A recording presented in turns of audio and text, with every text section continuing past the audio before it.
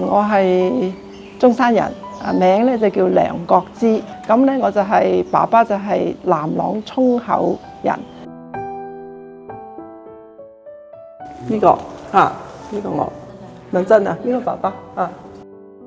呢條村咧，我就細個咧就成日翻嘅。咁翻到嚟咧，以前咧就係呢度咧一個即係一個漁港啊，同埋好多稻田。咁我哋翻到嚟咧就會周圍去玩噶啦，通山跑啊。咁阿公阿婆咧就知道我哋翻咧，就會一早咧就會儲埋嗰啲南瓜子啊曬好晒。咁啊，我翻去石岐嘅話咧，就一袋一袋拎翻去石岐。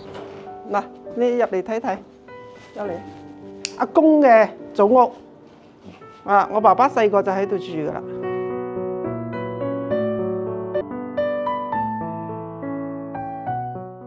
我都係好多謝我爸爸媽媽啊，佢哋好支持我哋讀書。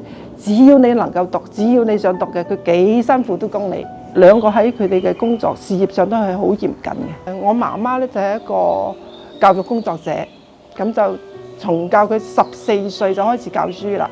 啊，爸爸又係，佢係一個航空嘅地勤嘅工程師。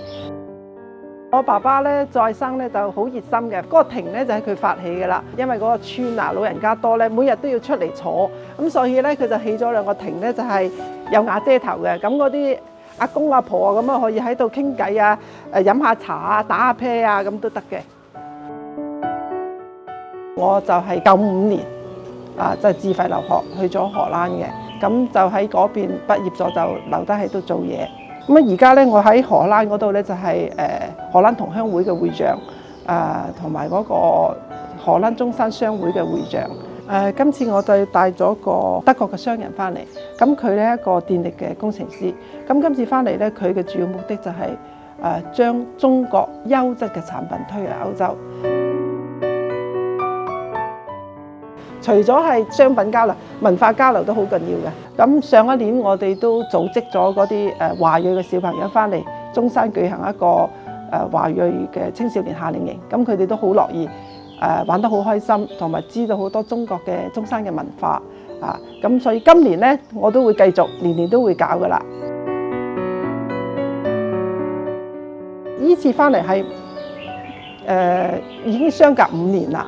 咁呢5年咧就發生好多事，一個疫情，我爸爸媽媽亦喺嗰5年之內就相繼去世所以亦冇辦法就翻唔到嚟。所以今次翻嚟嗰個感覺咧，心情好複雜又好想翻，又唔好想翻。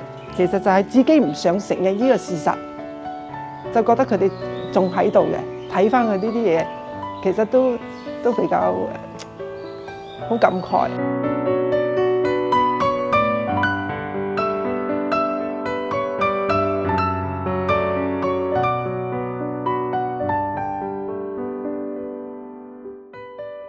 好，你睇下，先係500年噶啦，一棵樹生好多根出嚟。And then you can also they mix together。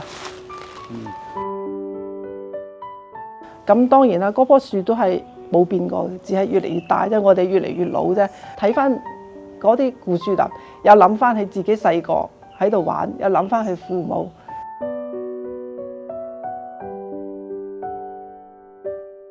呢個棵榕樹咁係我哋嘅根連根只有嗰棵樹越嚟越大，嗰啲根分支就越嚟越多，但係嗰棵樹仍然喺嗰度。